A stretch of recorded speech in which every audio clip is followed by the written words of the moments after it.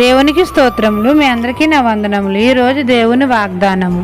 ఆయన నీ మొర విని నిశ్చయంగా నిన్ను కరుణించును. యెషయా గ్రంథం 30:19. మన తండ్రి అయిన యెహోవా మన మొర విని నిశ్చయంగా మనల్ని కరుణిస్తాడు. ఆయన మన మాట వినగానే మనకు వెంటనే ఉత్తరం ఇస్తాడు, మన పట్ల కృప చూపుతాడు. మనం దేవుని సన్నిధికి వెళ్ళి అక్కడ తండ్రికి మనము మొరపెట్టినప్పుడు మన మొర ఆలకించి మనకు ఉత్తరం ఇస్తాడు. మనకన్నిటినీ తుడిచివేస్తాడు. మనలను కరుణించి కృప చూపుతాడు. మనల్ని బలపరుస్తాడు. సియోన్లో నుండి యెహోవా మనల్ని దీవించి ఆశీర్వదిస్తాడు. మన జీవితంలో యుద్ధాలు లేకుండా చేస్తాడు. మన చింతలన్నిటినీ విడిపించి గొప్ప చేస్తాడు.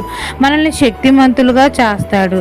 మనల్ని కరుణించి అనేకమైన అద్భుత కార్యాలు మన జీవితంలో చేస్తాడు. మన హృదయ వాంఛలను తీరుస్తాడు. ఈ దిన వాగ్దానం మీ నా జీవితంలో నెరవేరాలని కోరుకుంటూ దేవుని సువార్త పరిచర్యలో మీ సహోదరి. ఆమెన్.